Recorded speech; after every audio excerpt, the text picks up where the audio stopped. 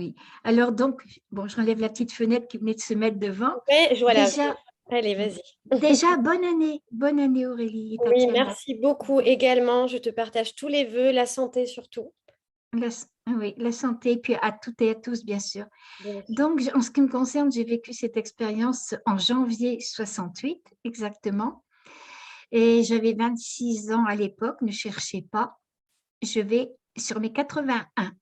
80.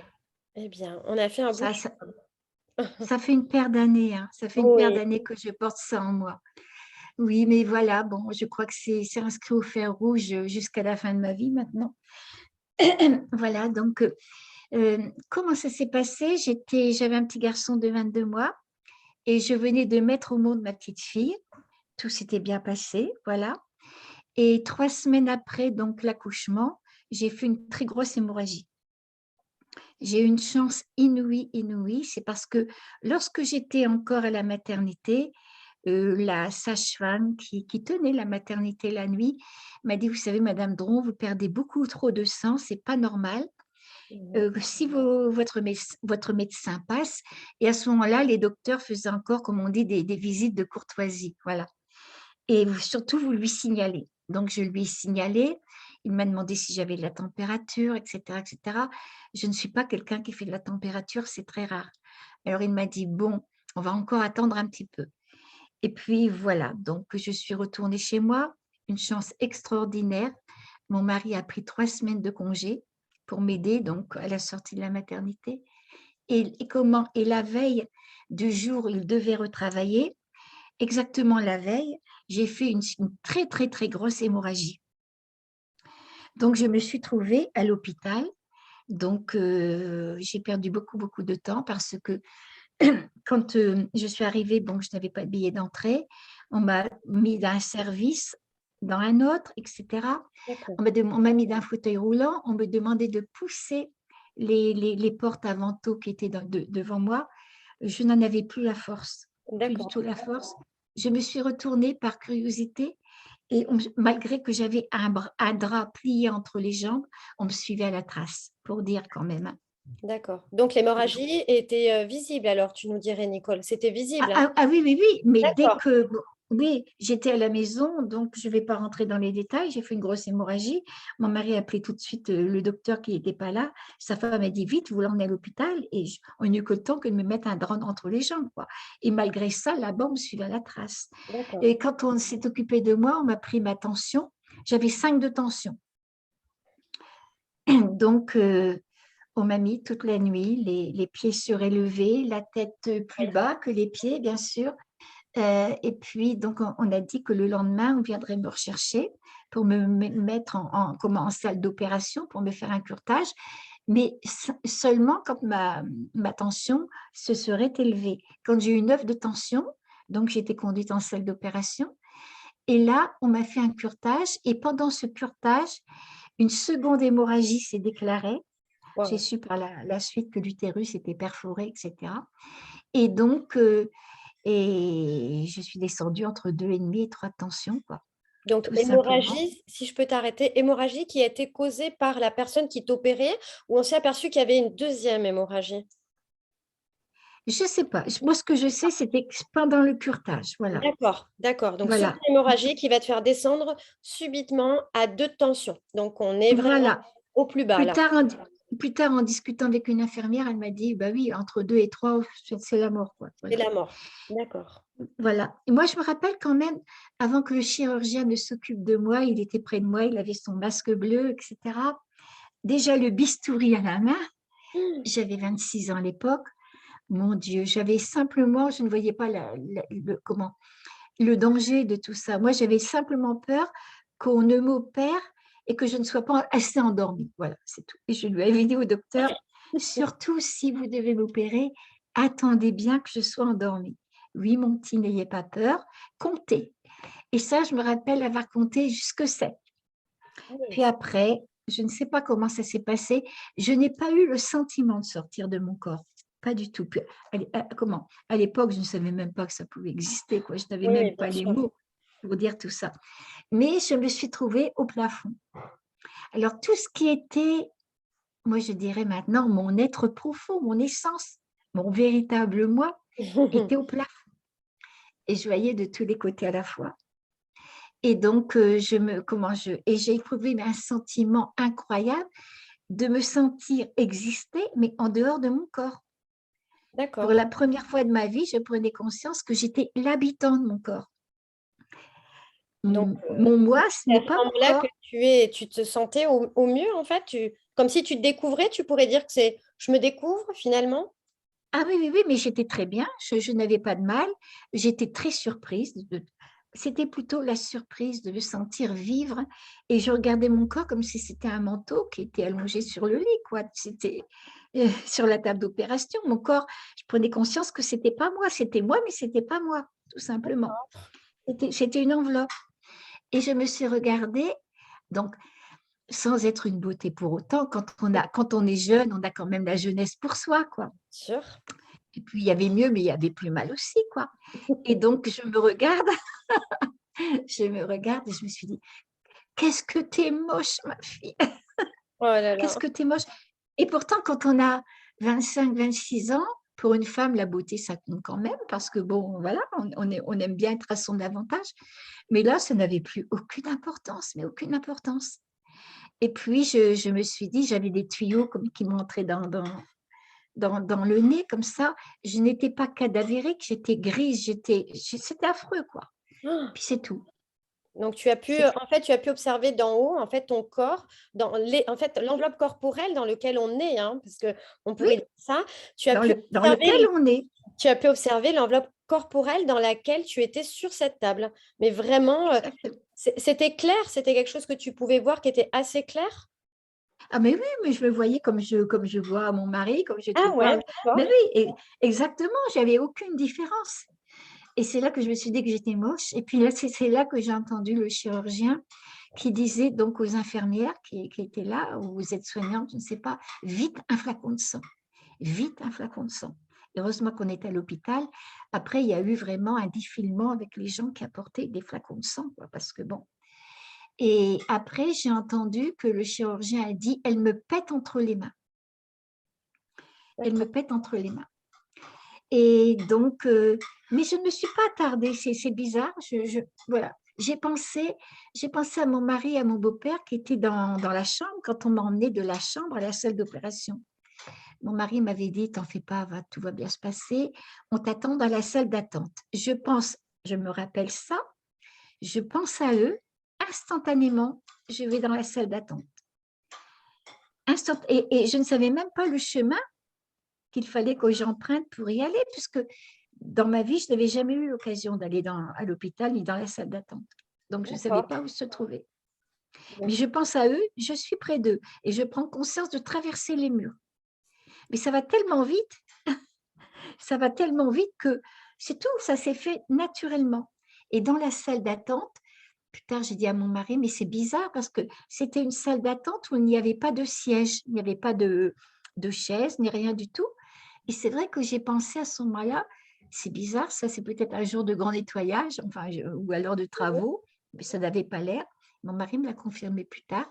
Et dans cette salle d'attente, donc je voyais mon mari et mon beau-père qui faisaient les 100 pas, et je me rendais bien compte, Aurélie, que eux ne me voyaient pas. ah, là, vous aviez pris conscience que, en fait, Il se passait quelque chose. exactement, d'accord. Donc, la prise de Ouais. conscience s'est fait certainement déjà bien en partie à Là, ce moment-là. D'accord. là. Et Et après, là, j'ai éprouvé comme une désespérance quelque part parce que je les voyais, hein, et je me rendais compte qu'ils ne me voyaient pas. Alors, je faisais des coucous, j'allais à droite, j'allais à gauche, j'essayais de me faire voir, j'essayais de me manifester, mais en vain.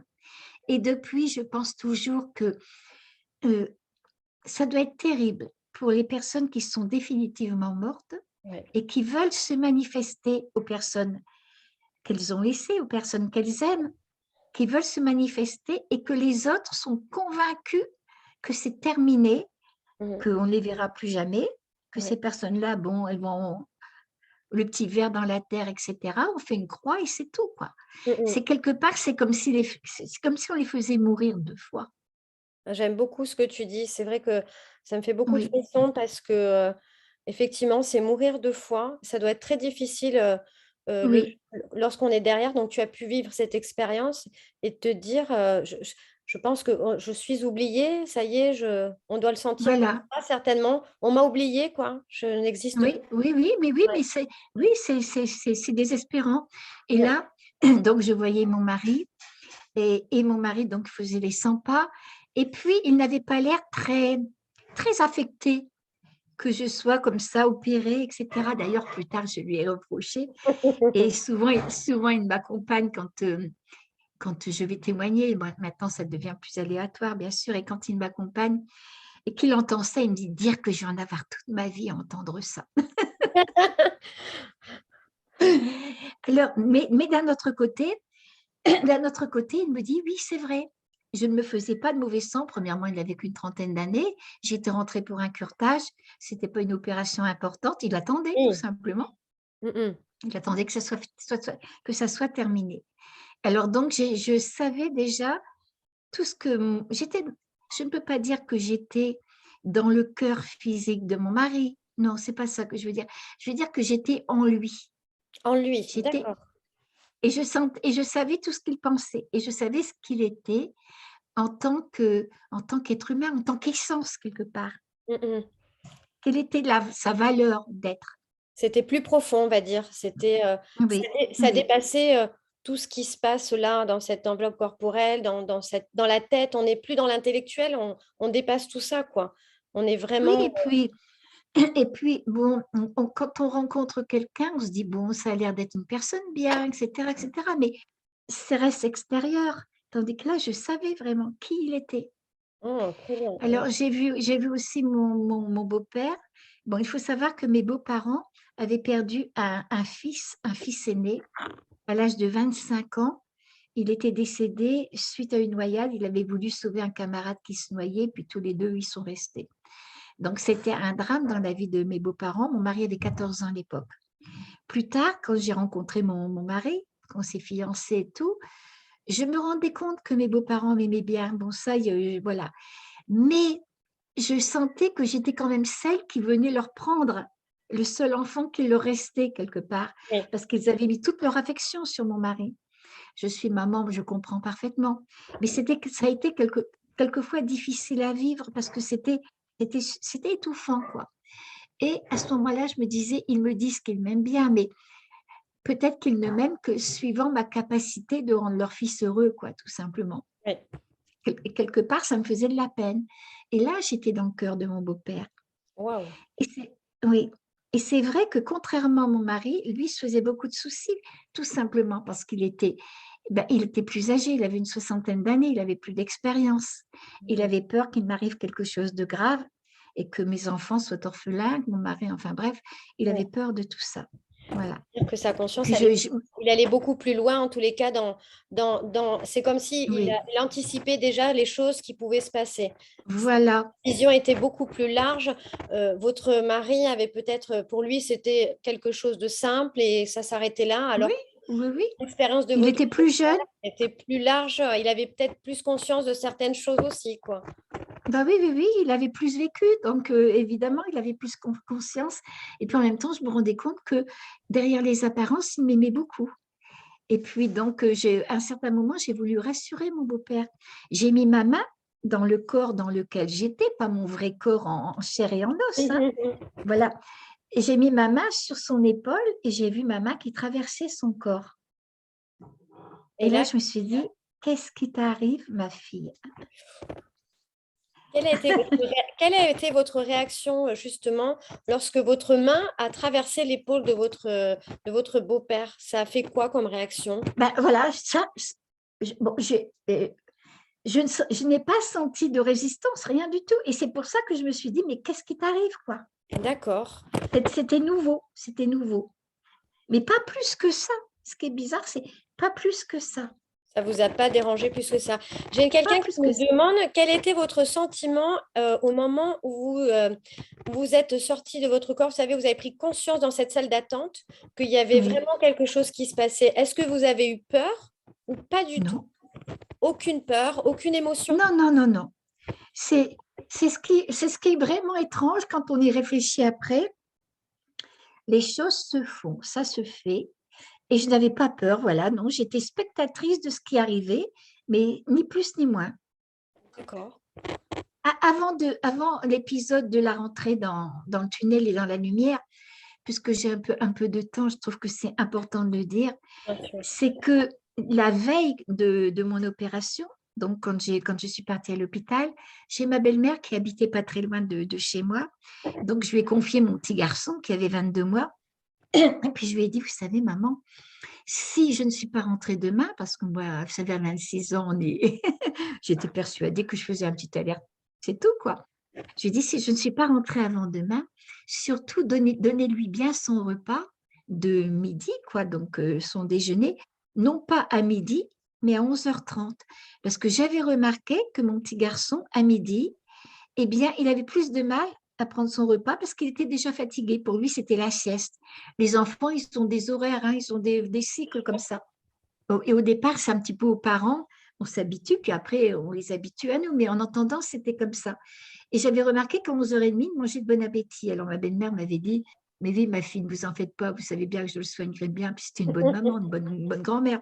Bon, c'est tout. Et ma petite fille, elle a été dirigée chez mes parents. Voilà, donc je pense à mes enfants dans la salle d'attente. Je pense à mes enfants. Rien que le fait de penser à eux, je suis directement près d'eux. Je Wow. n'ai pas eu le sentiment d'avoir sorti de l'hôpital et d'avoir traversé donc une certaine distance pour aller chez mes beaux-parents. Non, je pense à mon petit garçon, je suis près de lui.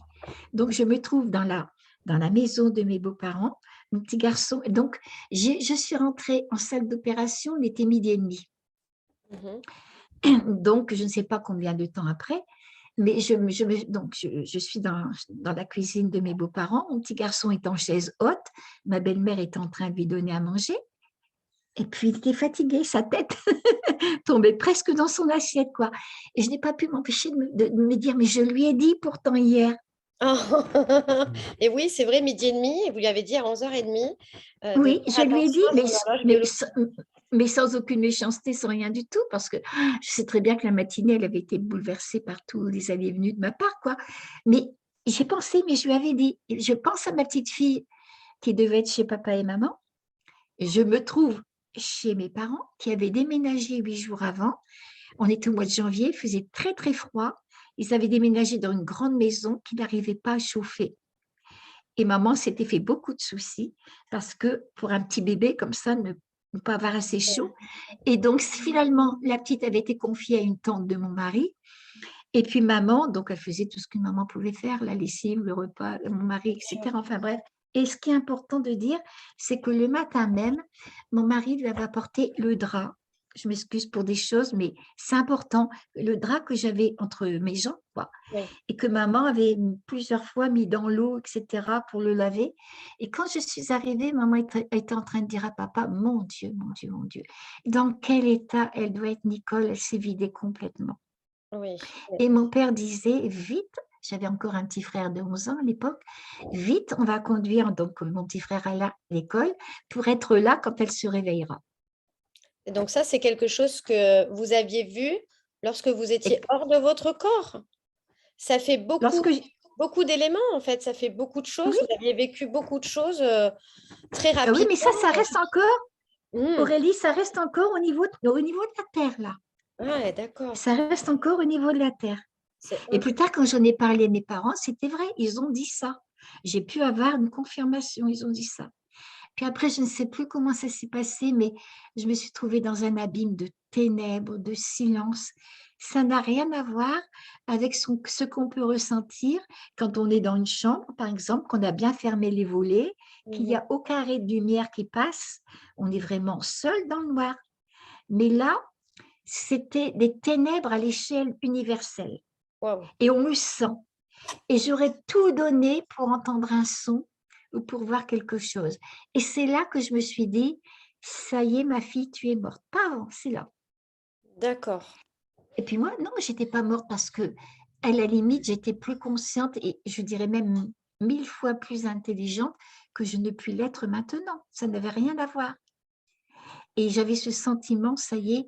Et, et j'ai eu comme je ne dis pas peur, mais comme une crainte, peut-être que ça n'a duré qu'une fraction de seconde, je n'en sais rien, c'est de rester seul au monde comme ça. Rester bloqué, Voilà. on va dire, dans ce côté sombre et ténèbre que vous identifiez, c'est ça? C'est Oui, mais c'est même pas ça, je ne me suis pas posé de questions, c'est cette solitude immense. Oui. Et là, au loin, j'ai vu donc, et je me suis dit, bon, ça y est, tu es morte, etc. Et je me rappelais aussi, donc, tout ce qu'on m'avait enseigné quand j'allais au catéchisme, que j'étais jeune, je suis de religion catholique, et on nous disait qu'on vivait jusqu'à la fin des temps, jusqu'à la résurrection finale. Tout ça, ça me revenait. Oui, mais la fin des temps, c'est quoi? 1000 ans, 10 000 ans, 1 million d'années, des milliards d'années, c'est quoi? Ça n'avait plus de aucun sens, quoi. Voilà. Et là, franchement, bon, ça m'inquiétait. Puis au loin, j'ai vu une paire, pas une paire, j'ai vu une pointe d'aiguille de lumière, une toute petite pointe d'aiguille de lumière. C'est bizarre, mais rien qu'avec cette petite lumière-là, qui pouvait être plus petite qu'une étoile, moi, je me dis, c'est tout l'espoir du monde qui revenait parce que je n'étais plus seule. Il y avait cette petite pointe de lumière. Et alors, là, je ne peux pas dire comment ça s'est fait, mais j'ai été propulsée à toute vitesse vers cette lumière qui grandissait, qui a pris tout l'horizon. Au départ, je me rappelle de couleurs violentes. J'ai traversé des couleurs violentes. Tout s'est apaisé. Je voyais des présences. Je ne pouvais pas distinguer les traits. C'était des présences diaphanes. Il y avait des sons. La lumière a pris tout l'horizon, Aurélie, et je suis rentrée dans la lumière. Et Et là, c'est c'est le autre chose. plus beau moment de ma vie. Alors, Le pourquoi tu plus, pourrais dire que c'est le plus beau moment de ta vie? Parce que ça a généré une émotion chez toi? Qu'est-ce qui s'est ah passé? oui, mais oui, je rentrais chez moi, c'est tout. Waouh, Je rentrais dans ma maison, je rentrais dans ça, ma c'est beau, patrie, ça. C'est très, très beau. je rentrais chez moi. J'étais, tout en étant moi, ce qui est bizarre quand même, je n'ai jamais perdu la notion d'être moi, hein, mais j'avais l'impression que mon moi, tout rentrait dans moi. J'étais moi et j'étais tout en même temps. Ça me Cette donne. notion d'unité qu'on ne connaît pas ici sur la Terre, parce que je suis moi, tu es toi, etc., etc. Mm. Cette notion d'unité de l'autre côté, mais je ne peux pas l'exprimer. C'est pour ça qu'après, j'ai eu tellement besoin de m'intéresser non pas à la littérature académique, etc., etc., qui ne pouvait pas m'expliquer cette expérience-là, mais disons une littérature spirituelle, savoir que l'homme n'est pas simplement qu'un corps, ni qu'une intelligence, mais qu'au-delà, il y a plusieurs dimensions de nous-mêmes. Et que c'est ces dimensions-là qu'on appréhende quand on quitte notre corps ou quand on meurt, quoi. Et donc, il y a d'autres critères de vie. Et moi, j'étais comme un sucre qu'on fondait dans l'eau et que ce sucre-là savait qu'il était un sucre et en même temps, voilà, c'est une goutte d'eau dans l'océan. Je devenais l'océan, j'étais de la même nature que l'océan, disons, tout en étant moi, je devenais tout. Et ça, cette unité-là, cette notion d'unité, c'est incroyable, mais surtout, il n'y avait pas que ça, je suis rentrée dans l'amour, dans l'amour. Nous, sur la Terre, l'amour, c'est, si je vais dire à mon mari, je t'aime, bon, on va caricaturer, je vais lui mettre symboliquement un cœur dans ma main, allez, je t'aime, voilà. Mais en même temps, je tends l'autre pour en avoir autant. Bien sûr, tout à fait. C'est le propre de l'amour humain, et puis c'est très bien comme ça. Mais de l'autre côté, ça n'a rien à voir. Moi, je n'ai pas peur de dire que l'essence de l'univers, c'est l'amour, tout simplement. C'est un amour qui ne demande rien. Hein, on ne va pas me demander de la réciprocité, je rentre dans l'amour, c'est tout. Je me sens aimée, comblée, restaurée complètement. Et Wow. dans une paix infinie, une plénitude infinie. C'est comme si toutes les misères humaines, bon, j'avais que 26 ans, donc je n'ai pas vécu toute une vie difficile, je n'avais pas encore eu le temps de vivre tout ça. Mais malgré tout, eh bien, et on est conditionné, aussi bien par la famille que par la société, que par la religion et tout ça. C'est comme si toutes ces écailles-là partaient, toutes les peurs qu'on peut avoir, les désirs, etc. Waouh. Et on se retrouve, mais alors, dans une plénitude on se retrouve soi, parce que le reste, tout cet ego-là, c'est pas soi.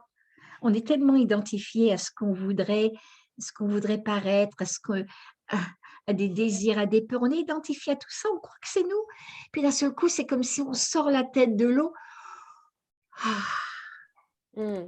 J'aime beaucoup les images que tu donnes. J'aimerais bien revenir sur un moment où tu dis, quand je rentre dans cette lumière, je suis chez oui, moi. Ça veut dire qu'à oui, ce moment-là, est-ce que tu oublies que tu as quelque chose sur Terre, c'est-à-dire tu as tes enfants, ton mari qui non. t'attend, ou tu es encore quand même connecté avec ce qui se passe en bas? Parce que quand on dit je suis chez moi, j'ai l'impression que d'un seul coup, euh, oui, on oublie ce qui se passe en bas. Est-ce que ça a été le cas ou pas? Je vais le dire maintenant, que j'aurais voulu le dire après, mais je vais le dire maintenant pour Ah, répondre d'accord. tout de Alors, suite à ta pardon, je question. m'excuse. Non, non, non, non, non, non, Je vais trop vite, mais c'est ce que ça m'a fait tellement une non. émotion forte que je me suis dit, est-ce qu'on oublie du coup? Je me suis mis un petit peu à ta place et je me suis dit, OK, je vis l'expérience. Et du coup, ça veut dire, est-ce que j'oublie les personnes qui sont encore en vie sur cette terre que j'aime? Et ce que tu disais, hein, je matérialise par un cœur. Ou est-ce que... j'ai un petit truc qui apparaît, on va le fermer. Moi aussi, je Voilà, clique dessus. Voilà. voilà. Ou est-ce que non, tu ne les oublies pas, tu vois? Non, non, non, non, non. Et d'ailleurs, dans l'expérience que j'ai vécue, au cours de l'expérience, on m'a demandé si je voulais rester de l'autre côté ou si je voulais revenir sur la Terre. D'accord. Bon, ça peut paraître monstrueux ce que je vais dire, mais pour moi, c'est pas monstrueux parce que je sais comment je le dis. Malgré que j'ai un mari que j'aime infiniment, des petits-enfants que j'adore, puis maintenant ils sont plus petits, bien sûr, hein, mais qu'à ce moment-là, voilà, qu'ils avaient besoin de moi. Si j'avais écouté simplement mon âme, Hmm. l'extrême pointe de mon âme, Ouais. je n'avais qu'une envie, c'était de rester dans cet amour, dans cette lumière, parce que c'était moi tout ça. Et plus tard, j'ai mes enfants qui m'ont dit d'ailleurs, ça leur a fait un peu mal au cœur quand j'ai dit ça, je les comprends. Mais maman, tu ne pensais plus à nous alors? Hmm. Voilà. Je dis non, c'est pas ça du tout. Moi, si j'avais accepté de rester de l'autre côté, moi, je ne perdais pas mes enfants. J'étais un petit peu comme une poule qui étend ses ailes et puis qui met toute sa petite marmaille là en dessous, hein. Voilà. Moi, j'étais moi, je devenais tout. Et mes enfants, tout ça, c'était en moi. Donc, si je restais à la pointe ultime de mon âme, à ce qu'il y a de plus élevé en moi, j'aurais été capable de mettre mon mari dans les bras, puis mes enfants dans les bras de la providence divine, en sachant que tout irait bien pour eux. J'aurais été capable de faire ce grand lâcher-prise. D'accord. Voilà. Mais j'avais cette possibilité, c'est comme si je suis une grande vibration avec cette pointe ultime et puis tous les étages, voilà. Oui. Si je redescendais dans ma conscience humaine, ah non, je ne voulais pas que mes enfants soient orphelins. D'accord. Voilà, je ne voulais pas qu'ils souffrent de l'absence de leur maman. Donc, ça Mais je ne voulais pas non répond. ça résonne. Mais je ne voulais pas non plus qu'ils tendent des bras à une autre maman que moi. Voilà. Je voulais que mon mari soit heureux, mais surtout pas dans les bras d'une autre femme. Donc là, quand je redescendais dans l'échelle de la conscience humaine, non, je ne voulais pas abandonner mon mari et mes enfants. Et alors, je ne sais pas si ça devait être comme ça, mais on m'a dit que je reviendrai dans mon corps, mais que quand je reviendrai, j'oublierai beaucoup de choses parce qu'il le fallait. Et moi, j'ai dit, ah, vous voulez que j'oublie beaucoup de choses? Avant, on m'a dit, oui, que si j'avais accepté de rester de l'autre côté, j'aurais toujours pu être dans le cœur de mes enfants. Et ça me fait penser à un monsieur, bon, il y a des années, j'avais été invitée à témoigner donc en Belgique, ça devait être à Mons, et un monsieur m'a fait une très belle lettre. Je lui ai demandé d'ailleurs l'autorisation d'en parler après. Il me disait, vous savez, Madame Dron, quand vous disiez que vous auriez toujours pu être dans le cœur de vos enfants, moi j'étais au fond de la salle et je pleurais.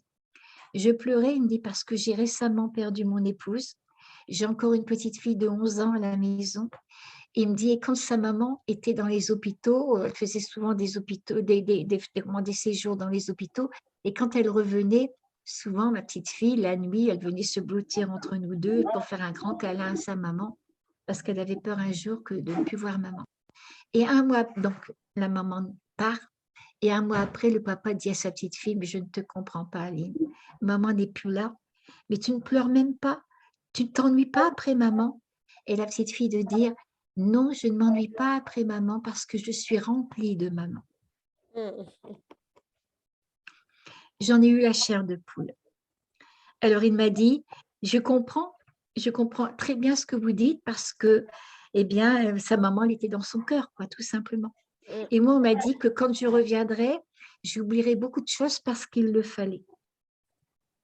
Alors ça, c'était pour répondre à ta question. Très bien. Merci, Nicole.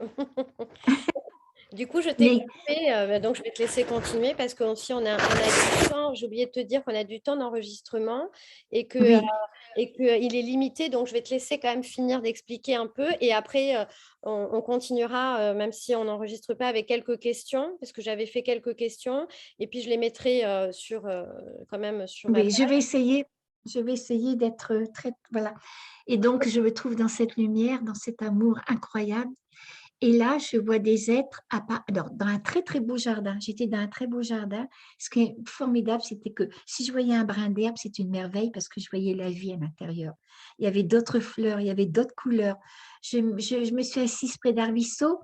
L'eau, c'était comme de la lumière d'eau.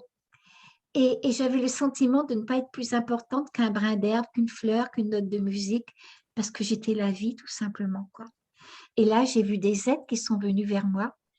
Et ces êtres-là, je les connaissais. Je ne les ai jamais vus sur la terre, mais je les connaissais. Ils lisaient en moi comme un livre ouvert. Dans mon cœur, ce sont mes guides. J'ai vu aussi mon petit frère qui avait 7 ans lorsqu'il est parti. Il est décédé, pour les personnes qui ont un certain âge comme moi, il est décédé, comme on dit, d'une maladie qu'on appelle la toxicose. C'est un virus qui s'attaquait aux intestins très fragiles des nouveau-nés et souvent il mourait déshydraté en quelques heures. On a trouvé le médicament qui aurait pu le sauver, mais un an après, c'était trop tard pour lui.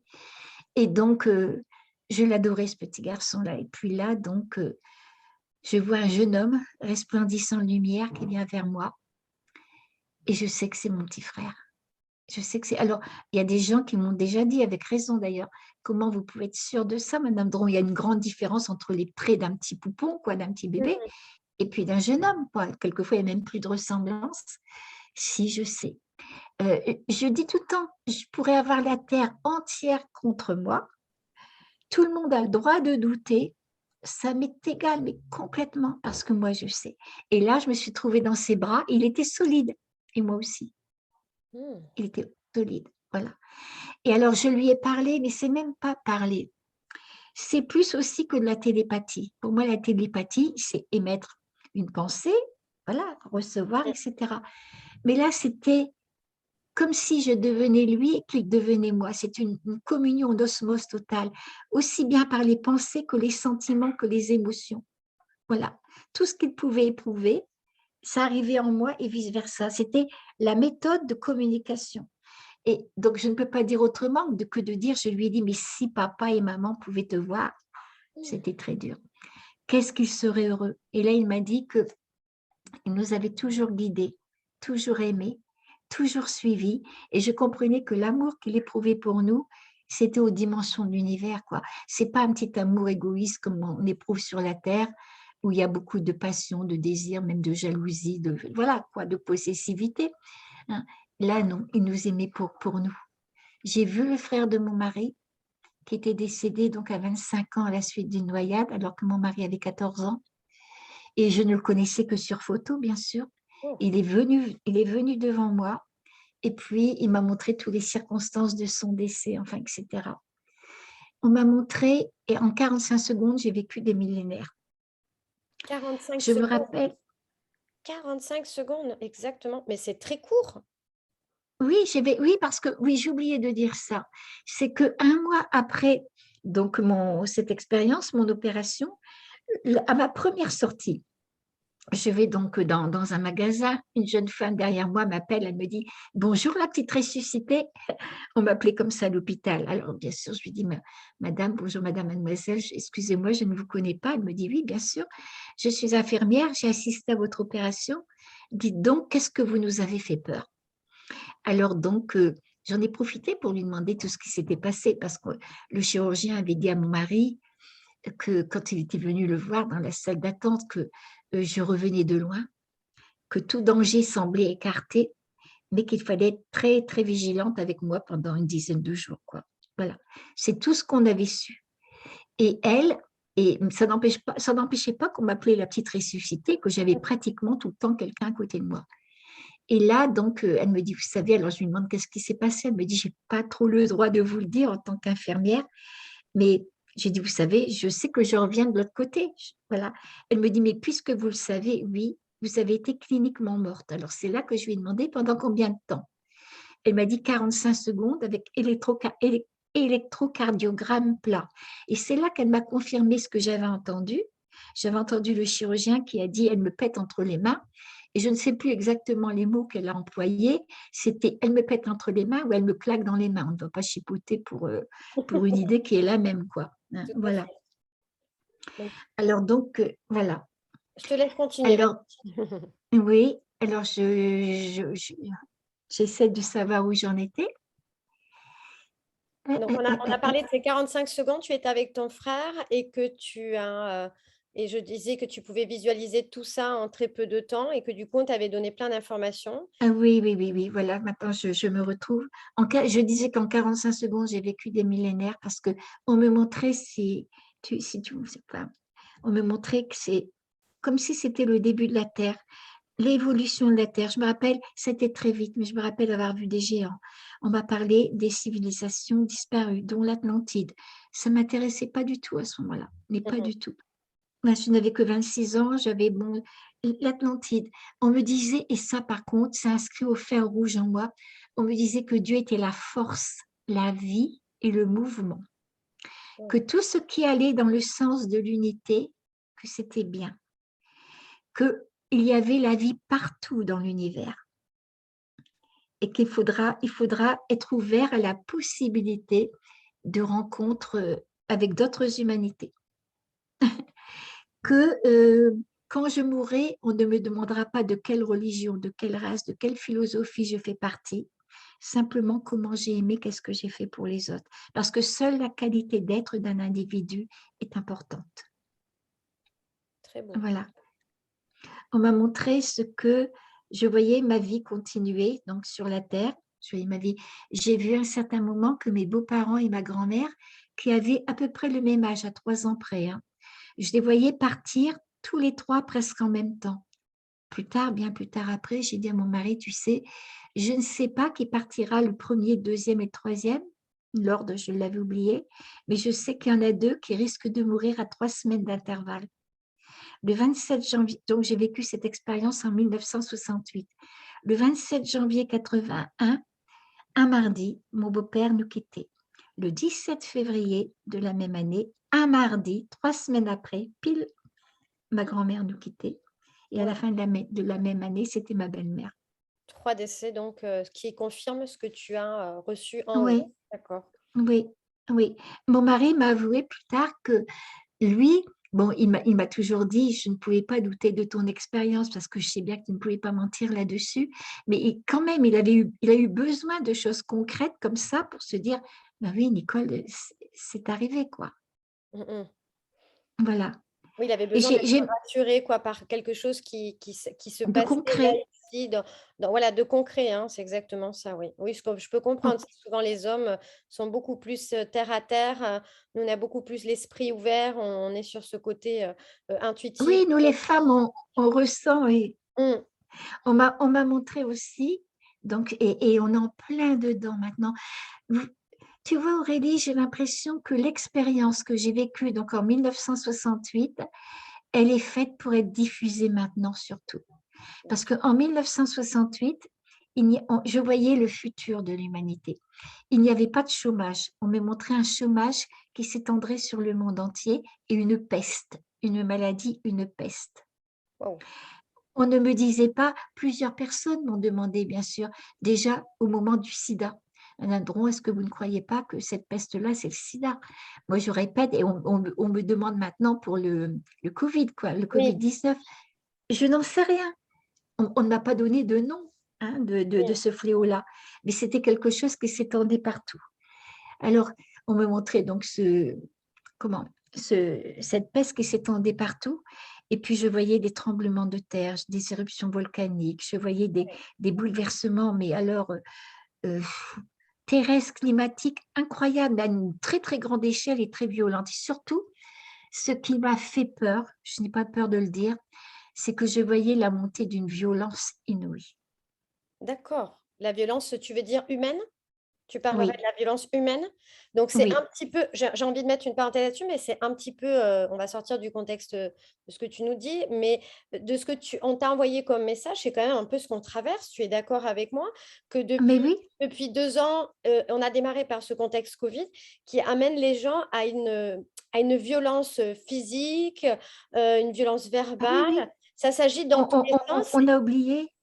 Mhm. On a oublié, moi, ça me fait mal parce que de l'autre côté, par exemple, en ce moment, on voit que les gens se séparent en deux, les vaccinés, les non-vaccinés, D'accord. etc.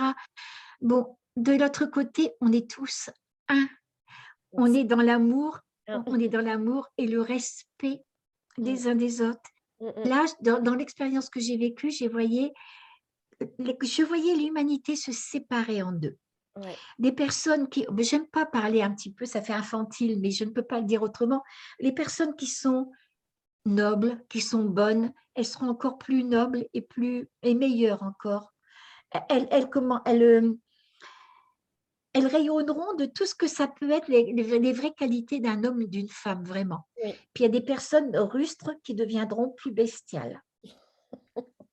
C'est exactement Et ce que je voyais, pas et je longtemps. voyais, Mm. je m'excuse, je Mm. voyais l'humanité qui se séparait elle-même, comme s'il y avait un arrosoir géant qui arrosait toute l'humanité, puis qui allait, voilà, les herbes qui poussaient, les bonnes, les mauvaises. Voilà, c'est une image, mais ça. Et ça serait dommage qu'on en arrive à ça, très dommage. Et moi, j'ai envie de dire à chaque personne, n'oubliez pas qui vous êtes. Sur le plan de l'absolu, on est soi, mais notre âme, elle baigne dans l'âme du monde. On est un ensemble, tout le monde ensemble. Mm. Je suis d'accord Voilà. totalement. Alors, on me montrait donc ce qui risquait d'arriver donc dans l'humanité. J'ai vu aussi en quelques secondes, bien sûr, ma vie défiler. Mais moi, j'ai vu ma vie défiler de mes 26 ans, ma naissance, à Mm. l'envers, À l'envers. Ah, oui, d'accord. complètement à l'envers. Près de moi s'est trouvé un être, moi je dirais tout le temps, il ne s'est pas présenté, mais je dirais un être que notre cœur connaît, tout Mm. simplement. Un être que notre cœur connaît. Il m'a posé la question la plus exigeante, la plus simple, hein, mais la plus exigeante qu'on me posera certainement dans ma vie. Comment as-tu aimé et qu'as-tu fait pour les autres? Mm. Plus j'avance en âge, plus ça s'approfondit, cette question-là. Comment as-tu aimé? Mais comment toi aussi tu t'es aimé? De Mm. quelle manière? Est-ce que c'est égoïstement? Une fois, j'ai lu un livre, je ne sais plus de qui, ça m'échappe quelquefois, où c'était faire tout le bien qu'il y a dans l'individu. Voilà, aimer l'autre comment? Pour l'élever quelque part. Oui. Mm, mm. Tout ce qu'il y a en lui, pour lui donner Pour le porter quelque le part. meilleur en lui-même. Mm. Voilà. Et c'est de cette manière-là, comment as-tu aimé, qu'as-tu fait pour les autres? Et alors, toute ma vie, donc, y est passée. Et quand j'avais fait quelque chose de bien, j'étais dans le cœur de la personne à qui j'avais fait du bien. Donc, finalement, quelle leçon, parce que c'était moi qui, qui vivais, qui recevais le bien que j'avais fait. Quand j'avais fait quelque chose de mal, puis bien sûr, ça m'est arrivé dans ma vie. Alors là, je me serais mise un trou de souris parce que je me rendais compte. Et puis, c'était moi qui recevais le mal que j'avais fait aux autres. C'est comme un jeu de domino. On appuie sur le premier domino, puis tout le reste derrière, paf. Ok. Et on voit les conséquences de ce qu'on fait en soi. Parce que quand on fait des choses mal, quoi, donc, qui ne sont pas dans les lois de la vie, on ne le voit pas, mais on se fait du mal aussi en nous. Mm. On se blesse, On se hein. fait du mal en soi. Et Ouais. voilà, on se prive de lumière, on se prive d'amour, on se prive de joie, et puis on fait du mal aux autres. Et puis après, on est devant le résultat de ce qu'on est et de ce qu'on a donné, de ce qu'on a rayonné, de ce qu'on a donné aux autres. Mm, mm. Ça, c'est une leçon de vie que je n'oublierai jamais, quoi. Comment as-tu aimé, qu'as-tu fait pour les autres? C'est extrêmement important. On m'a dit aussi, donc je voyais, on m'a parlé de réincarnation. On Oh. n'a pas employé le mot réincarnation, mais j'ai vu d'autres vies. Le lien qui existait, j'ai pas vu des vies entières, j'ai vu des morceaux d'autres vies. Et on me disait qu'on revenait sur la Terre tant qu'on n'avait pas acquis assez d'amour et de sagesse, que c'était une question d'évolution. Wow. Voilà. J'oublie certainement encore des choses importantes, mais bon, peut-être que je m'en souviens. C'est déjà beaucoup, hein, parce que je vais revenir sur quelque chose. Quand il t'a posé cette question Oui. sur l'amour, est-ce que tu as répondu à cet être euh, avec qui tu étais, ou est-ce que tu l'as gardé en toi et tu t'es dit, je vais y réfléchir, mais quand Non, je non, vais non, je n'ai pas répondu. Je tu n'ai n'as pas pas répondu répondu. parce que comment as-tu aimé? Comment j'avais aimé, c'était là. C'était là comme un tableau. Ouais. Mm, mm. Comment j'étais aimée, c'était moi. Moi, entièrement, j'étais là. Et c'était moi qui regardais ce que j'étais à travers ces yeux-là. Mm, Attention, qui ne me jugeait pas. mm, mm. Quand je suis rentrée dans l'amour, je n'ai pas été jugée quand je suis rentrée dans la lumière et dans l'amour. J'étais aimée et restaurée et magnifique. Quand je me suis trouvée en face de cet être de lumière, je ne me suis pas sentie jugée, mais c'est comme si que je pouvais évaluer ma conscience par rapport à ce qu'elle aurait dû être si j'avais toujours vécu dans l'amour et dans la sagesse. Mm, mm. D'accord. C'est le manque de ce que je suis quand on arrive dans cet amour infini et que nous, on se sent si misérable parce que on aime, mais on aime tellement étroitement. C'est ça qui nous fait prendre conscience de qui on est. Et là, on a vraiment envie de changer, vraiment. Mm, mm. Ah oui, là, enfin, c'est magnifique. J'écoute et du coup, je suis vraiment absorbée par tout ce que tu donnes parce que c'est généreux en même temps, ce partage. C'est beaucoup d'informations, il y a beaucoup de choses, hein. Tu parles un peu aussi de la réincarnation, ce n'est pas le terme qu'on t'a donné, mais c'est quand même magnifique la vision que tu vois parce que j'ai déjà fait aussi, j'écoute beaucoup de choses là-dessus sur revenir en tant qu'être évolué. Euh, euh, Oui, alors, bien sûr, je ne sais pas, je n'ai pas conscience de mes vies antérieures. Aujourd'hui, dans l'heure actuelle, j'aimerais bien, mais bon, je pense qu'effectivement, l'être doit revenir pour évoluer, pour revenir avec cette sagesse, cet amour, d'aller porter aussi les autres. Euh, J'en avais déjà bien entendu parler et c'est bien parce que tu le confirmes dans cette EMI. Tous ces oui, messages sont assez forts. J'aime aussi ce que tu expliques sur ce qu'on t'a fait visualiser, en tous les cas, ce qui allait se passer, cette histoire de peste, de tout ce qui se passe sur la planète, la nature qui se déchaîne, qui se réveille. Quelque oui, part, c'est ce que on a semé et qu'on récolte. On ne prend pas oui, assez certainement. on ne prend peut-être pas assez soin de ce qui se passe autour, comme pour l'être, hein. Tu disais tout à l'heure, Oui, il faut élever l'autre dans le meilleur pour donner de l'amour. Aujourd'hui, on est plutôt dans la division. Et ce que tu disais est très beau parce que je l'ai dit il n'y a pas on longtemps, devrait c'est être au marrant. calme. Il y a deux camps, en fait. J'ai le sentiment qu'il y a les personnes qui sont dans je ne sais plus employer le terme que tu avais utilisé, mais tu sais, ce côté pas noir, mais ce côté un peu malsain, on va les voir un peu plus, et ces personnes Oui, qui sont dans l'amour vont s'élever encore plus. voilà, ça Hein. met en lumière, très fort met en Exactement. lumière les dysfonctionnements de la société et nos dysfonctionnements. Et c'est peut-être, bon, ça c'est le côté positif de ça. Bien sûr qu'il y a le côté négatif qui est difficile à vivre pour beaucoup. Le côté positif, c'est que moi j'ai l'impression qu'on a un immense coup de pied dans le derrière. Oui, Excuse-moi en ce moment.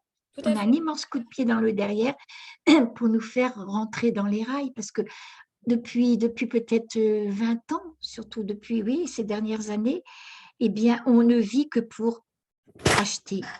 C'est le monde du pouvoir, la consommation, c'est le monde du matériel. On vit pour paraître, etc., pour avoir plus que l'autre, etc. Mais ce n'est pas la vie. C'est misérable tout ça, c'est pas ça la vie. La vie, c'est être dans la plénitude, quoi.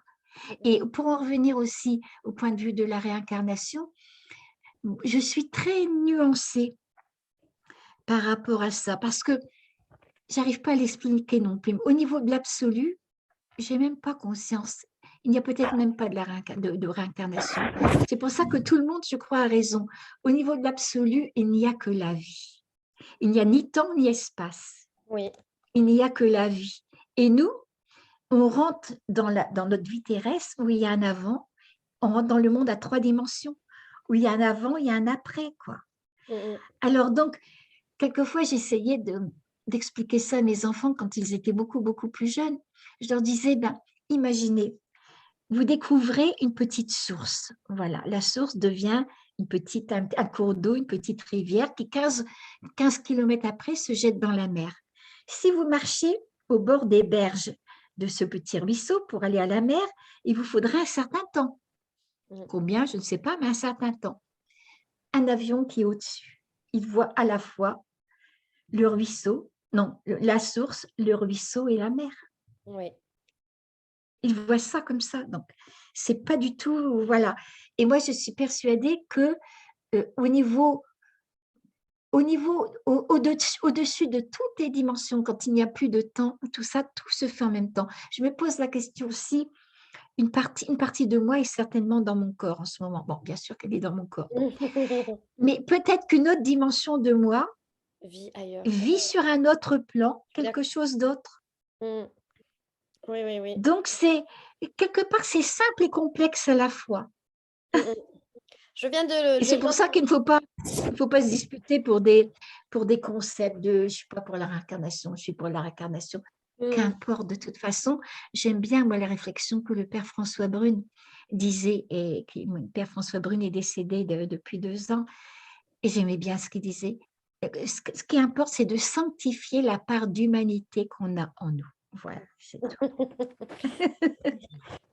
Après, je pense ne pas être dans le jugement, accueillir ce que les autres ont à partager, partager Oui, ensemble, je pense, partager ensemble, c'est très très bien, effectivement. Faire ses propres oui, recherches, voilà, ses propres expériences aussi, hein, je pense que c'est très très important. oui. On va revenir, j'ai une question d'une personne, elle me demande, suite à ton expérience, est-ce que tu as développé des dons, comme par exemple communiquer avec les morts ou toute autre chose? Non, je ne pense pas avoir. Bon, quand j'étais petite, quelquefois, il m'arrivait, par exemple, à l'école primaire, où on apprenait beaucoup de résumés par cœur, histoire, sciences, etc.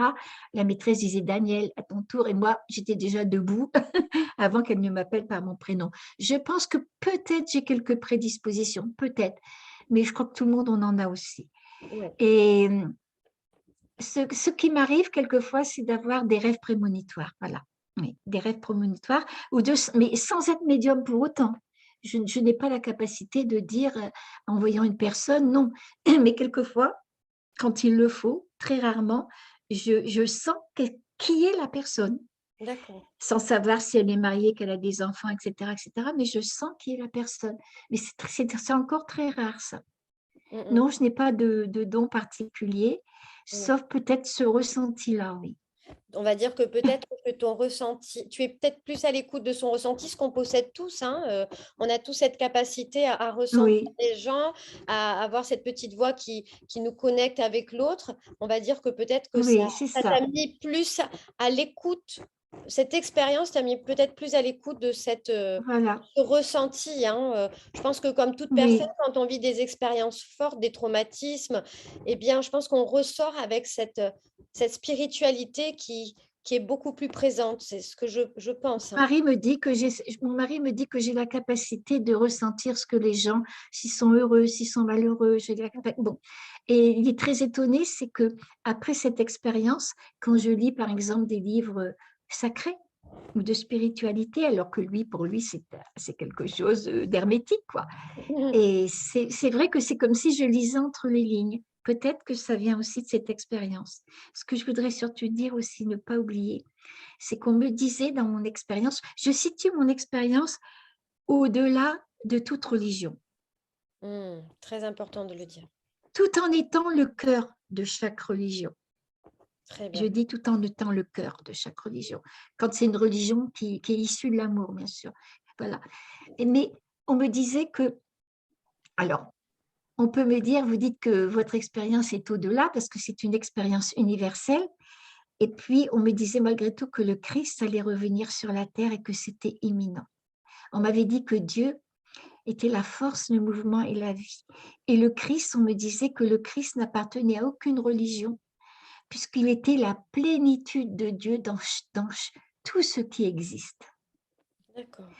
Et je nous sentais chacun comme si on était un bouton de fleur, quoi, qui était là potentiellement en nous, et que par l'amour qu'on devrait laisser fleurir.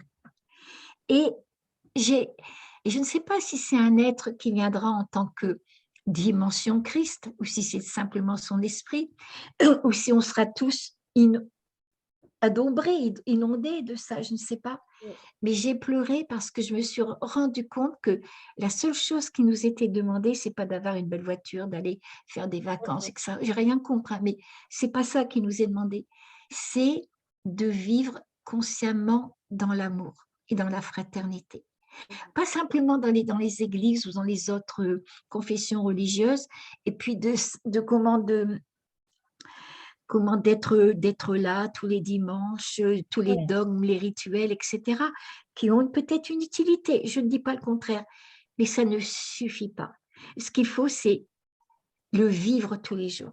Oui, le vivre Des êtres à peut-être qui n'ont pas l'intérieur. aucune religion, mais qui vivent ces valeurs-là. Et c'est ça qui est important.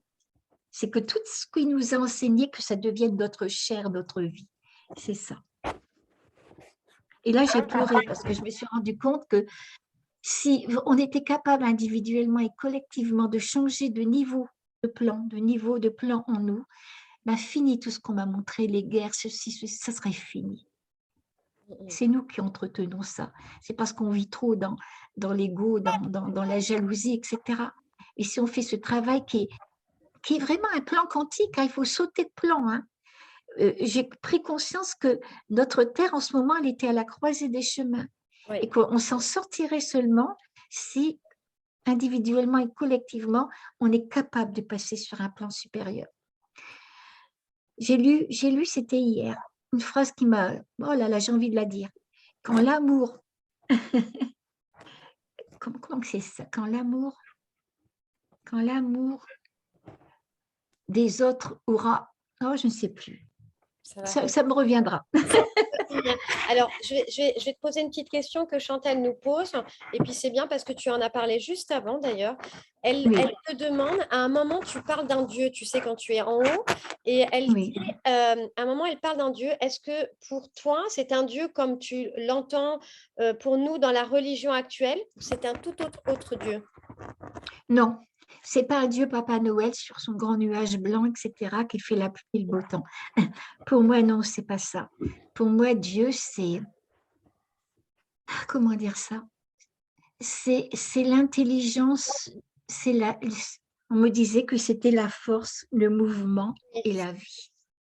Voilà, c'est une énergie, c'est l'énergie du monde qui, pour moi, en même temps, est aussi un amour infini, une conscience infinie, une sagesse infinie. C'est tout ça, Dieu, pour moi. Et dès qu'on rentre dans ces valeurs-là, on est dans le courant de Dieu. Et on est porté et on est aidé. Voilà. Je pense que ça répond bien à la question, hein. C'est clair, hein. Est-ce que Ah tu oui. as des choses à rajouter, Nicole, ou est-ce qu'on peut te poser quelques questions encore? Je voudrais aller très très vite. Bon, déjà, je me rappelle, c'est quand l'amour des autres aura remplacé l'amour du pouvoir, ça sera le ciel sur la terre. Ah oui, Et voilà. très bien. Voilà. Bon, oui. Alors, ce que je voudrais dire aussi, c'est que à un certain moment, j'ai eu l'impression de rentrer de plus en plus profondément dans ma conscience. Et plus je rentrais dans ma conscience, plus que on est de l'autre côté, comment dire ça, on sait tout. Sans rien apprendre, on sait tout. Parce que cette énergie dans laquelle on rentre, c'est aussi de l'information. Et quand j'avais l'impression, le sentiment d'avoir tout compris, paf, ça s'approfondissait encore. Et l'entourage autour de moi changeait, ça devenait de plus en plus beau. Et je me suis retrouvée dans une ville de lumière, d'or et de pierres précieuses. C'était magnifique. Et là, ma vie m'est encore revenue avec des choses clés comme ça. Et à un certain moment, j'ai vu comment ça. J'ai vu donc que je reviendrai sur la terre et que j'aurais beaucoup d'épreuves à vivre. Je me suis vue pleurer bien des fois. Et je me Wow. suis dit, mais qu'est-ce que j'ai donc fait à Dieu pour mériter toutes ces souffrances? On m'a dit que je les avais acceptées parce qu'à travers elles, je grandirais. D'accord. Voilà. On m'a montré un mur de pierres précieuses. C'est symbolique quand même, mais de l'autre côté, aussi bien la musique que le symbole, c'est le langage de l'âme. Et on m'a invité à être une pierre dans ce mur. Et plus tard, en essayant de comprendre, mais intellectuellement, quand je suis revenue dans ma conscience humaine, plus tard, je suis tombée sur un livre d'Annick de Souzenel, où elle parlait justement que la pierre brute représente symboliquement l'être humain avec toutes ses composantes, belles et puis moins belles, quoi, bien sûr. Mhm. Et Tout à quand on fait. demande à un être humain de devenir une pierre précieuse sur le plan symbolique, c'est qu'on lui demande d'accepter une grande transformation, quoi. Mm. Voilà. Et donc, voilà, j'étais invitée à ça. J'ai vu aussi un être qui est venu vers moi, un autre être. D'aussi loin que je l'ai vu, je lui ai tendu les bras et je lui ai dit, je veux me marier avec toi. Et je prenais conscience que cet être-là, c'était ni un homme ni une femme, parce que c'était quelque part un être qui dégageait les deux énergies. Au fur et à mesure qu'il approchait, j'ai vu que cet être-là, c'était moi. Ah Mais oui. moi, à la fin des temps. Et ce que j'ai envie de dire à tout le monde, quand on se croit misérable, quand on croit qu'on est bon à rien, qu'on n'arrivera jamais à... Mais non.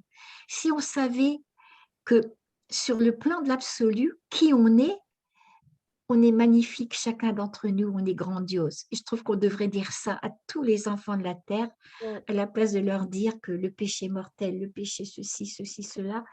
On devrait dire accroche-toi à ton étoile, parce que si tu savais ce que tu es beau, tu as en toi toute la force pour traverser toutes les épreuves de la vie.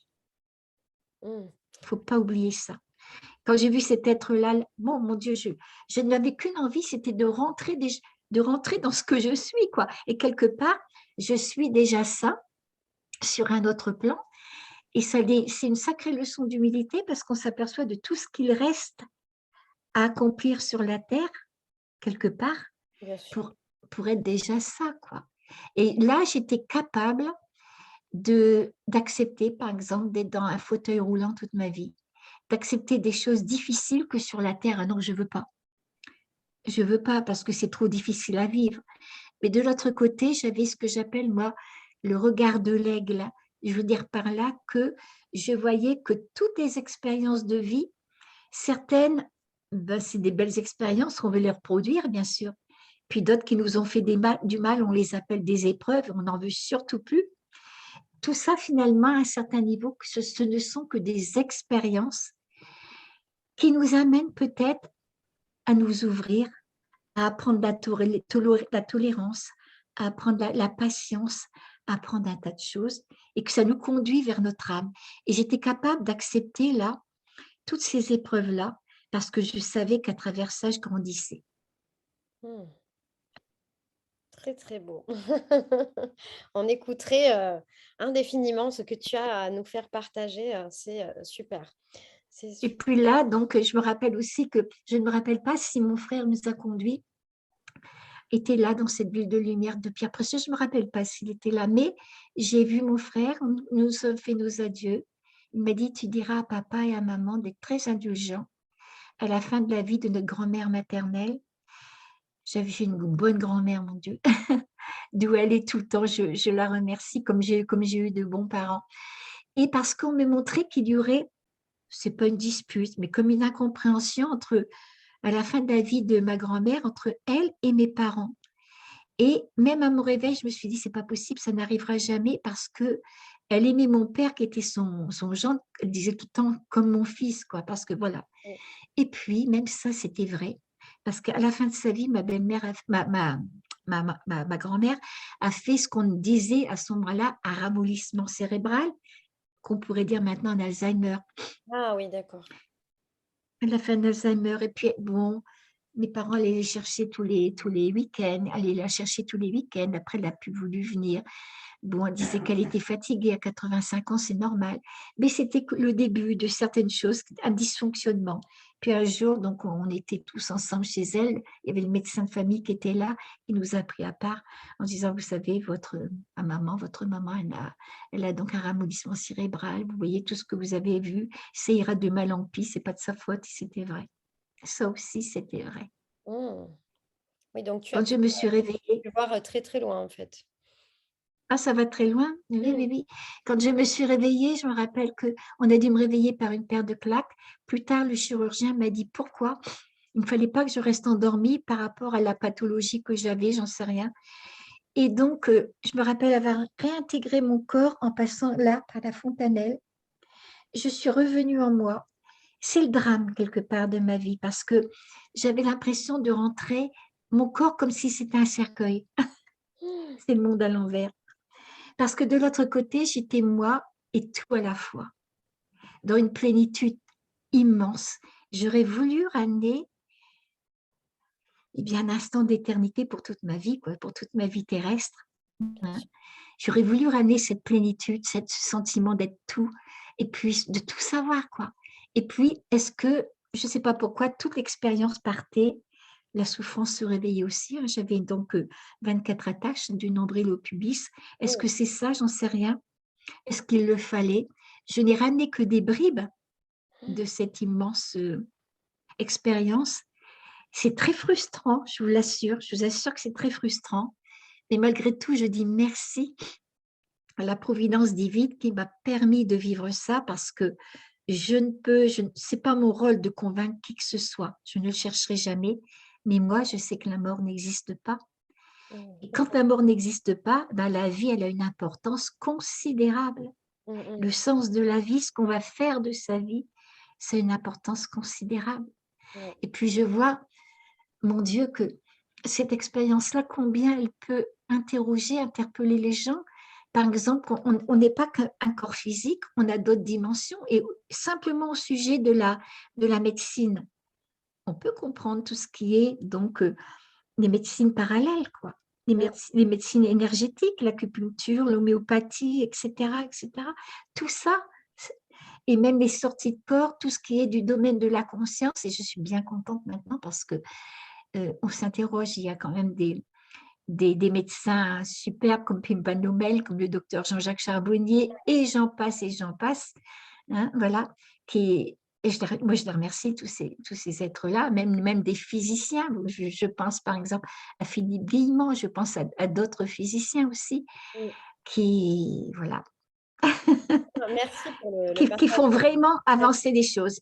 Mmh mh. Oui, oui, bien sûr, on évolue, hein, beaucoup, hein, on avance Oui, et puis, les scientifiques commencent à se dire que quelque part, il y a quelque chose qui nous dépasse et que, on ne peut pas avoir, la main dessus finalement et que, bah, il faut accueillir et puis, bah, voilà, continuer, d'ouvrir, son esprit, j'ai envie de dire, hein. voilà. Mmh mh. Ça grandit, vers ça. Oui, c'est vrai que bon, Jean-Jacques Charbonnier, on en entend beaucoup parler. Il fait beaucoup d'expériences aussi, là-dessus, Oui, sur ce sujet-là. il a bien du courage aussi. Oui, c'est ça. Donc c'est vrai qu'on avance beaucoup sur ce côté spirituel, ouais. Mmh mh. C'est très Oui, je ne sais plus quel médecin qui est décédé maintenant, il disait en parlant de tout ce qu'on ne savait pas, ayons l'humilité de notre ignorance. mmh mh. Ouais, c'est très bien dit, très bien dit. Je ne suis pas encore, à ton niveau, Nicole. Il me manque beaucoup de lectures et en même temps, il me reste encore aussi un palier d'âge pour acquérir toutes ces lectures, Mais toutes ces oui, découvertes d'auteurs pour pouvoir, partager et aussi, voir, d'autres expériences, parce qu'il y a bien, bien, bien d'autres choses que je ne connais pas et donc je me mais dis, c'est pas important la lecture. Si, ça peut être important dans la mesure où ça nous aide à comprendre ce qu'on est, ce qu'on a vécu, oui. oui, Mais c'est pas important, c'est ce qu'on est qui est important. oui, oui, c'est vrai. Et puis tu n'as pas 80 ans. Bon, Oui. Effectivement, il me reste encore des choses à vivre et comme tu dis, bah, là, heureusement. il faut vivre cet instant présent. C'est très bien dit, hein, tu l'as très bien dit tout à l'heure. Et c'est vrai que bah, du coup, je pense que cette expérience a dû, comment dire, toi te détacher en tous les cas, si tu l'étais peut-être, je ne pense pas en tous les cas, de ce côté matérialiste, hein, tu vois, être plus dans l'amour. Oui, oui, je suis prudente quand même, je suis prudente Aurélie, parce que cette expérience-là, moi je veux bien dire que je suis témoin de la lumière, d'accord? Toutes les personnes qu'on a vécu une telle expérience sont des témoins de la lumière. Mais il ne faut pas nous mettre un halo de sainteté autour de la tête. C'est vrai. Si on a vu la lumière, il y a un grand chemin entre avoir vu la lumière et être lumière et devenir lumière. Oui, c'est vrai. Et ce chemin-là, c'est le Mmh, chemin que tout le monde empruntera consciemment ou inconsciemment. Et je suis pareil que tous les autres, quoi. très bien dit. Je suis pareil. Très, très bien dit. Ouais, j'aime beaucoup, hein. Ça fait réfléchir, mais en Je, même temps, je- je me dis quand on t'écoute parler, il y a tellement de la sagesse qui se dégage qu'effectivement, on aurait envie de mettre cet halo, autour de toi parce que non, ça nous berce, mais finalement, tu le dis très bien. rassure-toi, mon mari n'est pas d'accord qu'on me considère comme une sainte. Il n'est pas du tout d'accord. Bon, alors, si le mari le dit, non, mais oui, c'est vrai aussi. Je pense que tu restes une personne humaine, avec, son lot d'apprentissage. Tu as dû faire aussi, parfois Mais des oui, erreurs, vivre des expériences, c'est très, très bien, oui. Est-ce que tu as d'autres choses à dire ou je peux te poser quelques questions, Nicole? peut-être encore une chose avant de l'oublier. Pour les personnes qui sont intéressées par mon expérience, bon, j'ai écrit 2 ouvrages. Je ne dis pas ça Tu peux le au dire. point de vue financier, etc., puisque mes droits d'auteur sont reversés intégralement à des associations. Donc, c'est bien net dans ma tête et ça me permet d'en parler. Mon premier ouvrage, qui était en rupture de stock, va être diffusé le 3 février Mmh, par les éditions Exergue Trédaniel. Voilà, d'accord, c'est 45 bien. secondes d'éternité. Voilà, je tenais à dire ça. Parce qu'il y a beaucoup de personnes qui me disent, Madame Dron, on n'arrive plus à trouver votre livre, etc. Je le dis. Donc, Très Daniel ou Exergue, je connais très bien, je travaille avec ces éditeurs, donc Oui. j'irai voir en ce sens-là. Je vais faire la petite recherche pour pouvoir le précommander et puis l'avoir aussi. Voilà, oui, on peut déjà le précommander, oui. D'accord, super, merci. Et en plus, ça tombe bien parce que tu vois, j'ai Chantal qui nous pose la question. Si tu avais un livre à nous conseiller à lire, ça serait lequel? Oh là là. Il y en a tellement, hein? Oui, oui, il y en a beaucoup. Il y a La vie des maîtres de Spalding, il y a Réconciliation avec la vie de R. Emmanuel, qui synthétise des années d'études spirituelles, mais bon, oui, je ne sais pas, il y en a beaucoup, hein. Oui, bien sûr. C'est déjà bien, hein, Il y a, il y a des, déjà. Mmh mh.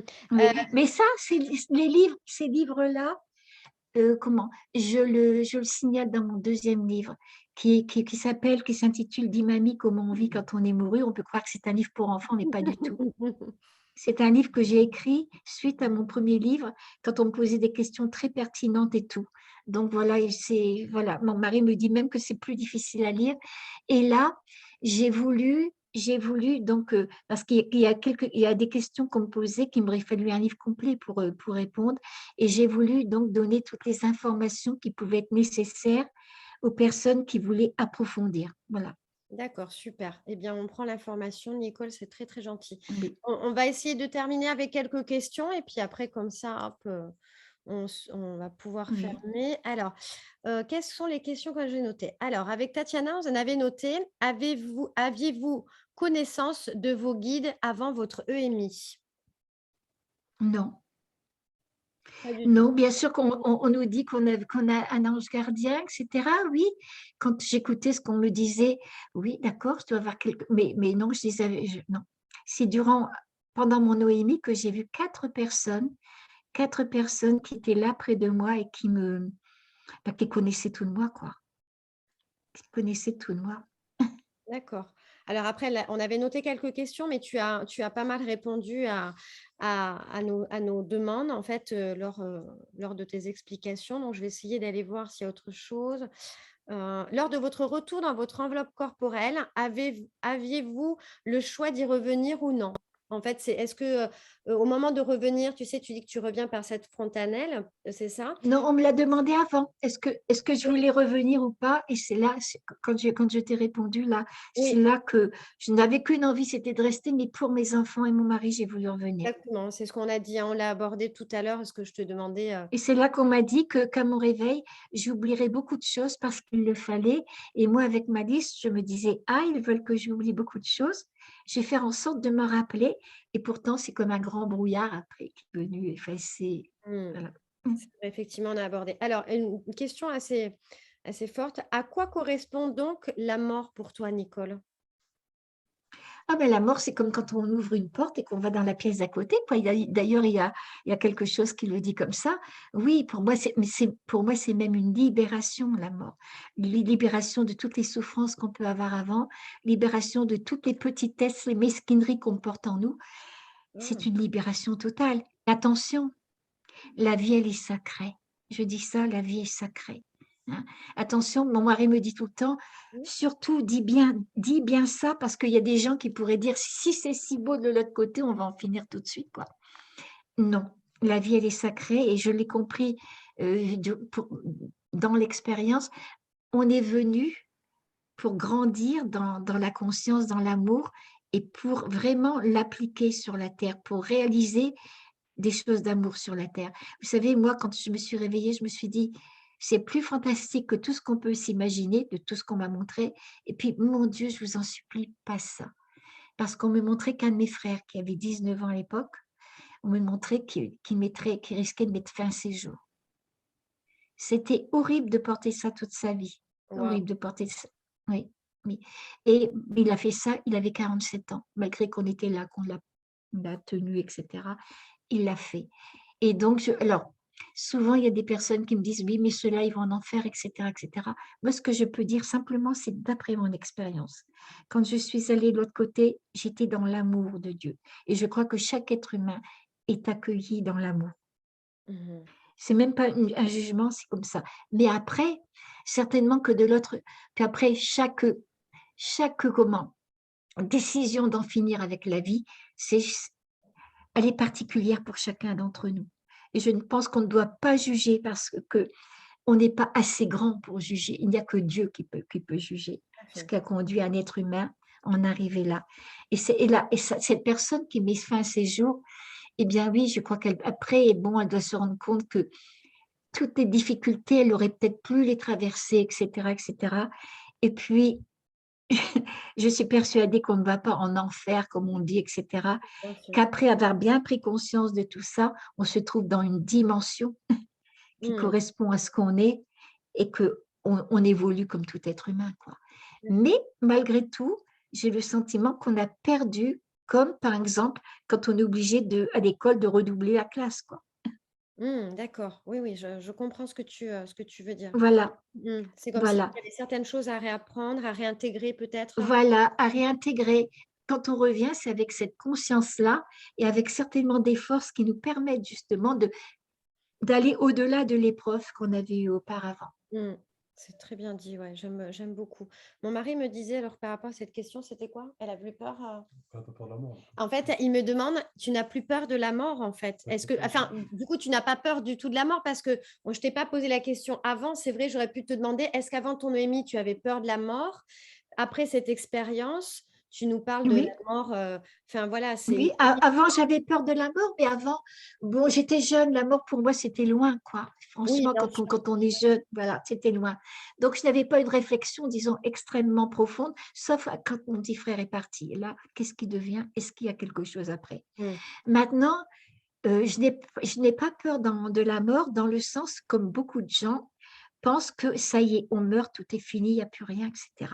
Mmh. Non, pour moi, non. Non, non. Oui. C'est Sainte Thérèse qui a dit ça. Je ne meurs pas, j'entre dans la vie, quoi, quelque Ouais, part. oui, Bon, voilà, c'est ce que je dirais. J'entre dans la vie. Par contre, comme je suis humaine comme tout le monde, j'ai peur de l'avant-mort. bien Est-ce sûr. que je vais souffrir? Voilà, peut-être un état de sénilité, ceci, Oui. cela. Oui, bien sûr que j'appréhende ça, bien sûr. Oui, c'est très bien dit. En fait, on pourrait plus parler de, j'appréhende, comment, va se passer peut-être les derniers moments de Bien ta sûr, vie dans une souffrance. Est-ce que ça va être, comme tu as parlé aussi de ta grand-mère, de l'Alzheimer?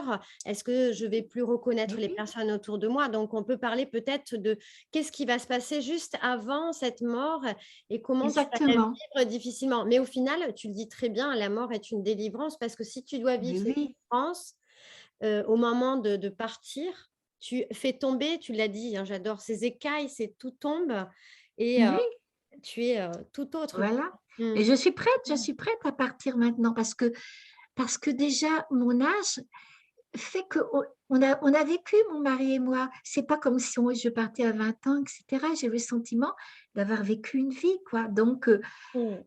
c'est bien. Quelque part, la vie est bien faite. Mmh mh. C'est un petit peu comme le fruit qui tombe de l'arbre au moment où il est prêt à tomber. Mmh mh. Non, Et j'adore, ça hein. se passe naturellement. C'est très, très beau. Alors J'en question suis arrivée à ça, quoi. j'ai une question de Chantal aussi. Elle me dit: «Alors du coup, cela voudrait dire que c'est comme si on devait recommencer une vie pour s'améliorer et aller au-delà de nos échecs, de nos vies passées». Qu'est-ce que tu Et en oui, exactement, Mmh. exactement, bien sûr, bien sûr. On a à apprendre à grandir dans la conscience, dans l'amour, dans la connaissance de soi, dans qui on est, dans comment on peut donner de l'amour aux gens, comment on peut faire du bien sur cette terre, quoi, créer, être créatif et tout. On a à apprendre à grandir. Nous sommes des fourmis quand même, hein. Oui. Oui, tu l'as dit tout à l'heure, évoluer, hein, et c'est, pour évoluer, de toute Oui, façon, pour être dans une autre, dans une oui, oui, autre pour moi, c'est ça dimension. évoluer. Mmh C'est mh. évoluer en c'est pas une accumulation de connaissances comme quand on est à l'école et qu'on apprend des livres et des livres qu'il faut emmagasiner, et cetera. Non, c'est une accumulation d'expériences de vie, de sagesse, quoi. Mmh mh. Ah, j'aime bien, c'est bien dit, très bien dit. Alors, Tatiana avait noté: «À quoi pour toi, sert notre enveloppe corporelle?» À quoi sert notre corps? Notre enveloppe corporelle, notre corps, oui. Pour toi, il servirait à quoi alors? Ben, ça nous permet, étant donné qu'on est dans la matière, cette Mmh. enveloppe corporelle nous permet d'exister dans la matière, nous permet de créer, de faire des choses, quoi. Si on était évaporé, évanescent, il y a des choses qu'on ne pourrait pas faire. On a fait certainement l'expérience de, de rentrer, d'être dans la matière pour ça, quoi, pour Mmh. prendre conscience de tout ce qu'on peut faire dans la matière et peut-être spiritualiser la matière, parce que la matière vibre à des vibrations beaucoup plus basses que l'esprit, quoi. Tout à fait. C'est vrai. J'aime bien, hein. Je vais finir avec ces questions puisque après sinon, on va y rester toute la soirée. Alors, et j'ai pas envie de trop te retenir non plus. Peut-être que tu as des choses importantes à faire, Non, mais non, non, ça non, va non, alors. non, non. Alors qu'est-ce qu'elle m'a mis? Quels conseils partagerais-tu avec les autres personnes qui ont vécu une EMI? J'aime beaucoup cette question. De rester humble. De rester humble. En principe, je pense que c'est ce qu'on est tous, mais cette expérience-là, on ne doit pas s'en servir pour se glorifier. Mmh. Je dis ça parce que je vois des personnes qui auraient tendance à nous sanctifier, à nous glorifier, etc. Et c'est surtout un travers qu'il faudrait éviter que l'on ait, quoi. Cette expérience, pour moi, oui, elle doit être transmise. J'ai toujours senti que je ne devais pas la garder pour moi comme un trésor ou simplement par peur de ne pas être comprise. J'ai dû dépasser certaines choses à l'intérieur pour avoir le courage d'en parler, malgré les désagréments que ça pouvait faire dans ma vie. Mais il faut que ça reste dans ce désir-là, un désir qui est pur, qui est simple, surtout ne pas se l'approprier à des fins personnelles, surtout pas. C'est très bien, c'est très, très bien dit, ouais. C'est pour ça que j'aimais beaucoup cette question parce que, tu le dis si Voilà. bien, rester humble, quelque part, un petit peu à sa place, et ne pas s'en servir, voilà, à mauvais Absolument. escient. Surtout pas pour de l'argent, surtout pas pour de la gloire, surtout pas pour des choses comme ça. C'est c'est pas quelque chose à nous, hein. Cette expérience, elle est à travers nous. Mmh. Elle a passé à travers nous, mais elle est pas à nous, hein. Oui, non, mais c'est très bien expliqué. J'aime beaucoup hein, parce que je pense qu'on évolue aussi dans la spiritualité, mais on voit aussi beaucoup de gens qui évoluent dans la spiritualité par ce côté argent. Hein, tu vois, on revient à ce côté Oui, matériel et on se sert de beaucoup d'expériences pour en faire des choses un peu déconvenues. C'est un peu dans tous les sens. oui. Il y a quand même 3 écueils importants. C'est l'argent, le pouvoir, le sexe. Mm, mm, Voilà. Il y a 3 écueils importants. mm, Bon, il faut rester simplement pur en soi, quoi. mm, mm. Voilà, voilà. Est-ce que c'est moi qui est important dans tout ça ou est-ce que c'est l'expérience par elle-même qui peut Ouais. être importante pour les autres? C'est simple, hein, c'est simple. Ouais. C'est très, très bien. Bon, mais j'aime beaucoup. Écoute, je pense que je vais arrêter là avec mes questions, Nicole. Je te Oui, remercie pour ce très bien. partage. Est-ce que tu aurais une petite chose à rajouter avant que je vais juste clôturer l'enregistrement et je te garde quelques minutes après pour qu'on échange. Mais est-ce que tu aurais quelque chose à rajouter, un conseil personnel, quelque chose? Parce que tu as quand même, je vais dire, hein, je vais utiliser ce terme, excuse-moi, mais tu as roulé ta bosse, 81 ans, et je te trouve très rayonnante, très, très rayonnante, malgré ce que tu as pu dire, et j'ai Merci. retenu quelque chose de très fort. Tu as dit, j'ai vu que j'allais vivre des expériences qui allaient être douloureuses, et tu n'avais pas envie Oui, de ça. Donc, je suppose que de ces 26 ans, de ton OMI à tes 81 ans, tu as dû vivre des pertes, des traumas, et, bien euh, sûr. et pourtant, je te vois là avec l'amour, le partage, le don. Donc, je ne sais pas, est-ce que tu aurais quelque chose d'autre à partager par rapport à cette personne, voilà, malgré tout ce que tu as pu traverser, comment tu fais pour être peut-être encore dans ce partage et ce don, tu vois, à ne pas être centré sur toi-même peut-être? Ben, il y a tout un travail intérieur à faire, hein. Moi, je dis tout le temps, hier, j'avais fait une petite vidéo aussi avec quelqu'un pour parler du monde d'après. Il y a quelque chose de très important, avoir, être. Avoir, être. Quand on est dans l'être, c'est qu'on est dans la plénitude, quand on est, comme je disais tout à l'heure, quand on a sorti la tête de Oui, l'eau, et puis qu'on retrouve son véritable être qui n'est pas entaché de tous ses désirs, ses passions humaines, quoi. Voilà.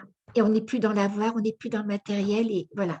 Et quand ici sur la Terre, on est dans l'avoir, ce qui compte beaucoup, c'est qu'est-ce qu'on pense de soi, hein, qu'est-ce que les autres pensent de nous. Bon, et il faut avoir une belle voiture, etc., les vacances, etc. Bref, on est dans la compétition, le pouvoir et tout. Ça nous bouffe la vie, excusez-moi. oui, Excuse-moi de dire ça. Ça bien nous sûr. Non, bouffe non. la vie. Et puis, on n'est pas ça, c'est pas ça. Et ce Mm, qui est très important en ce moment, c'est qu'on il faut savoir que là, c'est déterminant. On est à la croisée des chemins, vraiment à la croisée des chemins. Et si on veut que, parce que c'est planétaire maintenant, on a fait du mal à la planète et tout, c'est mm, planétaire. Si on veut vraiment que notre Terre continue d'exister, il faudra que nous, on change de conscience. mm, Il mm, faudra qu'on passe de l'avoir à l'être. Il mm, faudra qu'on fasse tout ce travail intérieur-là. Et ça, c'est extrêmement important. mm. Très, très bien. Je pense qu'on va finir sur cette jolie note et que j'aime beaucoup. On pourrait faire un grand débat hein, avec tout ça, ce qui se passe en ce moment et ce que tu viens de dire, mais on pourra le faire un Et peu. surtout, et surtout, et surtout, ne pas tomber dans le piège de la violence. D'accord. Se respecter, être tolérant, essayer de se comprendre. Voilà, Tolérance. surtout éviter ça. Mm. La tolérance, c'est un joli mot hein, pour terminer. Tolérance, amour et partage, je dirais. Oui, Mm, mm, oui. mm. Très bien, Nicole. Eh bien, écoute, je te remercie énormément pour ce partage. C'était merveilleux. Merci pour ton Merci Aurélie. expérience. Merci d'avoir répondu aussi à nos questions. Merci à Chantal d'avoir été avec nous. Et puis, voilà, je diffuserai cette vidéo et j'espère que voilà, ça permettra d'aider certaines personnes, en tous les cas, dans leur recherche ou dans leur quête. C'est ce que je J'espère, oui. souhaite à C'est tous. mon but à moi. Eh bien, je te remercie, Nicole. Et Oui. puis, voilà, je vais juste clôturer